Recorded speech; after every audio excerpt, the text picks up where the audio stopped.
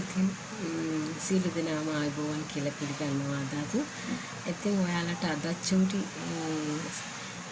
අදහස් ටිකක් අරගෙන එන්න තමයි මම පොඩි වෙලාවක් තියෙනවා මට විවේක වෙලාවක්. ඒ වෙලාවේදී චූටි වීඩියෝ එකක් ඔයගොල්ලොත් එක්ක කතා කරලා ඔයාලට පොඩි අදහස් ටික ගේන්න තමයි මම කල්පනා කරේ. ඉතින් මම අද කතා කරන්නේ මිනිස් ජීවිතයේ පැවැත්ම සඳහා අවශ්‍ය අත්‍යවශ්‍යම සම්පතක් වෙන ජලය පිළිබඳව තමයි අද මම කතා කරන්නේ. මට අද කතා කරන්න ඕනේ කියලා හිතුනේ. විශේෂයෙන් මම හැමදාම කතා කරන්නේ ස්වභාවික සම්පත් වලින් ස්වභාව ධර්මයේ විසින් දායාද කරලා තියෙන අපේ චූටි රටවන ලංකාවේ තියෙන අපේ සම්පත් වල වටිනාකම ගැන මම හැමදාමත් කතා කරේ. ඉතින් අද කතා කරන්න හිතුණා ස්වභාව ධර්මයේ විසින් දායාද කරලා තියෙන ජලය විශාල සම්පතක් වන මනුෂ්‍ය ජීවිතයට අත්‍යවශ්‍යම ජීවී පැවැත්ම සඳහා අත්‍යවශ්‍යම සම්පතක් වන ජලය ගැන කතා කිරීමට. ඉතින්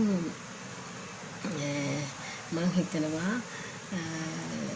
මම හැමදාමත් කියනවා ලංකාවේ උපත ලැබීම පිළිබඳව මම හරිම වාසනාවන්තයි කියලා මම ඒක භාග්‍යයක් ලෙස සලකනවා හැමදාමත්.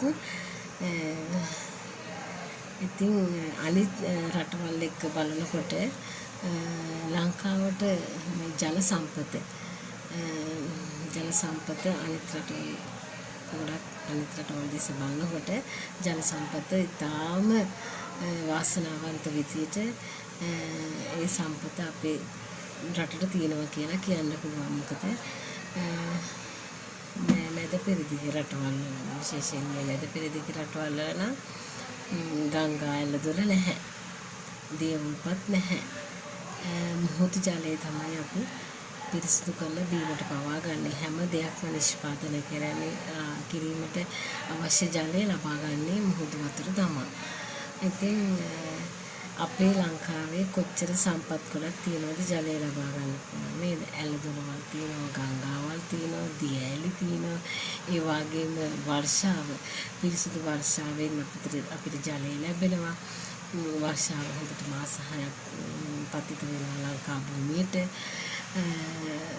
දිය ඇලි තියෙනවා, උල්පත් තියෙනවා, පොළව හැරුවත් වතුර එනවා.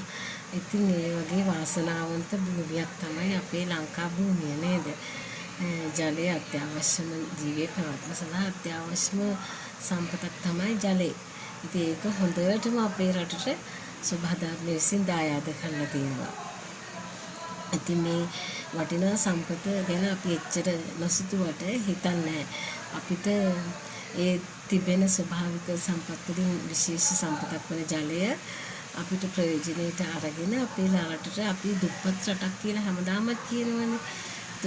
දිනුන වෙමින් පවතින තුන්වෙනි පන්ති රටක් කියලා තමයි හැමදාම කියන්නේ. මම දන්නේ මම ඉස්කෝලේ යන කාලෙත් ඉගෙන ගත්තේ දිනුන වෙමින් පවතින රටක් කියලා. ඉතින් තාමත් දිනුන වෙමින් පවතින රටක් තමයි. අපේ තාම දිනුනුයි කියලා නම් මම මගේ කනට ඇහිලා නැහැ. ඉතින් ඒ නිසා මේ ජල සම්පත දිහා බැලුවොත් ජලය අපනයනය සඳහා යෙදුවොත් පිරිසිදුම ජලය බීමට ගන්න පුළුවන් පිරිසිදුම උසස්ම තත්ත්වයේ ප්‍රමිතියකට අපේ ජලය අපනයනය කරලා අපිට අපේ රටට ඩොලර් ලබා ගන්න පුළුවන්.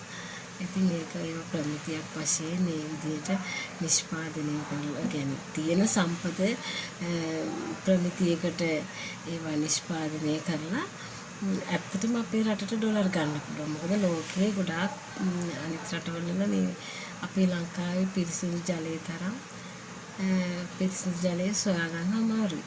ගොඩාක්ම අපේ රටේ තියෙන බීමට ගන්න පුළුවන් උල්පත් ජලය, ගංගාවල ජලය ඒවා සෑහෙන පිරිසිදුයි. ඉතින් රටට ඩොලර් ලබා ගන්න පුළුවන්. තව ජල සම්පතින් රටට අවශ්‍ය විදුලිය නිෂ්පාදනය කරගන්න පුළුවන්.